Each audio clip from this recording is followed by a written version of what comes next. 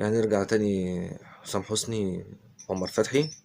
ليلة الحنة يا ليلي والسلام من ايدك ليلي، ليلة الحنة يا ليلي والسلام من ايدك ليلي، ليلة الحنة محلاها والبنات الكل حداها، ليلة الحنة محلاها والبنات الكل حداها، سمعتني صوت لغاها مسكتني قلبي بإيدي،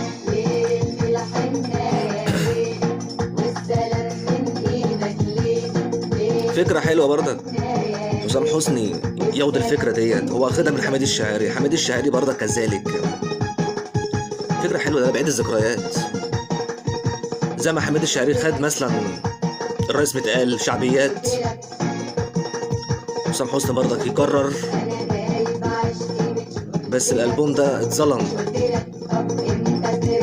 مش قلت لك يلي طبعتك حساسة رمشك رماني برصاصة، يلي طبعتك حساسة رمشك رماني برصاصة، مش قلتلك أنا دايب عشقي، مش قلتلك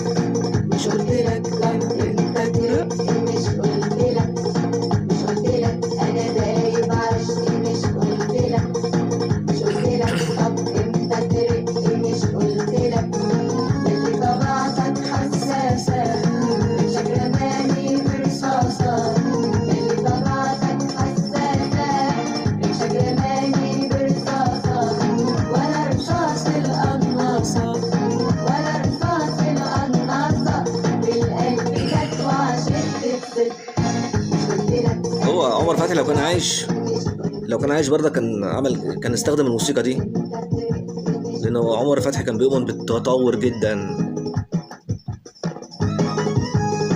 الأغنية المتطورة برضه يا جماعة، الناس مفكرانا اللي احنا ضد الأغاني الجديدة والتكنولوجيا الجديدة. لا، الأغنية الجديدة هي قلنا قبل كده زي العربية لم تتطور بس بتطور للأحسن. احنا كنا عايزين الأغنية تتطور للأحسن، حط مقامات، حط لمسات جديدة، فكر جديد.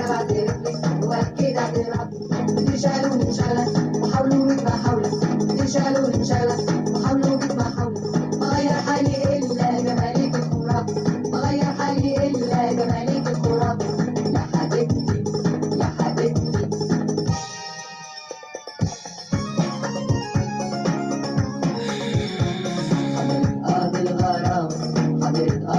حضرة قاضي الغرام المحترم سلام، أنا بالنيابة عن عين اللي ما بتنام، وعن قلب اللي حن ولا ضل شي غير خصام، يا حضرة قاضي الغرام أجيال وبالأصالة عني وزمن عدى، وبالأصالة عني أشكي لك اللي ظلمني، أشكي هو الجيل الجديد دوت هيسمع ايه يعني؟ هيعملوا تاريخ ازاي؟ مش عارف. قاضي الغرام قاضي الغرام احنا قلت قبل كده في اغاني لها تاريخ، المحترم سلام، والاغاني اللي احنا عايشين فيها ديت ليس لها تاريخ. تاني مرة ما تعملهاش يا حبيبي، تاني مرة ده أنا عنك ما استغناش يا حياتي ولا مرة، تاني مرة ما تعملهاش يا حبيبي، تاني مرة ده أنا عنك ما استغناش يا حياتي ولا مرة، ده القلب اختارك أنت، ده القلب اختارك أنت، أيوة أنت يا إما بلاش تاني مرة. حسام حسني برضك عامل ألبوم كده برضك خليجي بقى، منوعات خليجي، هنبقى ننزله ان شاء الله.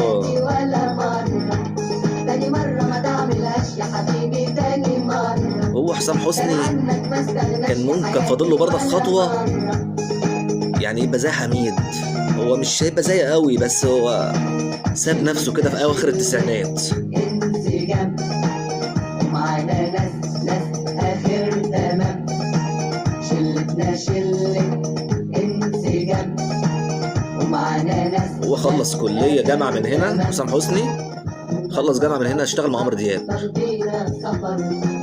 عمل ألبوم حبيبي وألبوم ذكريات. يا ريته كان يكمل، بس هو الناس بتكسل ليه مش عارف، يعني بيبقى الطريق حلو قدامك وسهل، ليه بتوقفه؟ أوي أوي أوي أوي أوي المقام شلتنا شلة انسجام.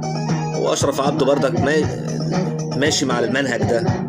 اشرف عبده، حسام حسني، حميد الشاعري، مفيش حد تاني، هما التلاتة دول. نظام شعبيات، كولار، فرقة، هي فكرة حلوة يعني، يا ريت نرجع لها لو عايزين نشوف حد يعملها تاني. علشان طبعك نساك والهوا على الهوا مش جاي، ما تقولي ازاي يا حبيبي راح احبك كيف وازاي. علشان طبعك نساك والهوا على الهوا مش جاي، علشان طبعك نساك والهوا على الهوا مش جاي، ما تقولي ازاي يا حبيبي راح احبك كيف وازاي. ذكريات، هنحاول نفضل نرجع تاني.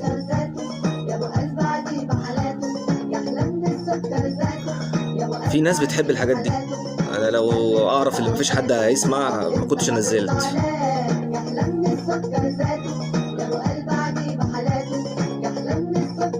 يعني عمر فتحي برضك، على مهلك، على ايدك، على قلبي، على شرط، على خاطرك، حاجات مش هتتنسى. انا لسه مكتشف اللي بيقول لكم يا جماعه في سميع عندهم دلوقتي عشرينات وثلاثينات سنه بيغنوا الاغاني دي وبيخشوا جروبات وبيعملوا مشاهدات جامده جدا. ده دليل الاغاني بقت تاريخ وعمرت. هنفضل مع بعض نجيب الذكريات. الاغاني ديت ما نقدرش ننساها، الملحنين الكبار ما نقدرش ننساهم، الشعراء الكبار. احنا بنتكلم على واحد زي الموسيقار علي اسماعيل، ده قمة وقامة كبيرة جدا في عالم الموسيقى واللحن. والشاعرة برضك نبيلة قنديل، مرات علي اسماعيل، عملت كتبت أغاني قوية جدا. الأغاني ديت دخلت كل بيت مصري، قلنا مثلا ليلى النظمي وعايدة الشاعر ومها صبري، أم العروسة، حد فاكر أغنية أم العروسة مها صبري؟ أغاني دخلت كل بيت، دخلت كل عملت بهجة، رسمت بهجة لناس كتير قوي، عملت ذكريات جميلة قوي. ربنا يرجع الأيام دي تاني، ربنا يوعدنا اللي احنا نسمع أغاني زي دي تاني. برضك ما ننساش الملحن الكبير منير مراد، والمطرب والملحن كان مدير إنتاجي برضك سيد إسماعيل اللي هو زوج عايدة الشاعر. واحنا مع بعض هنروح فين؟ ما زال في العمر بقية، ونفضل دايما مع بعض ونجيب الذكريات الجميلة والأغاني الجميلة والشعراء الكبار، لأن هم دولت قواعد الفن، أصول الفن.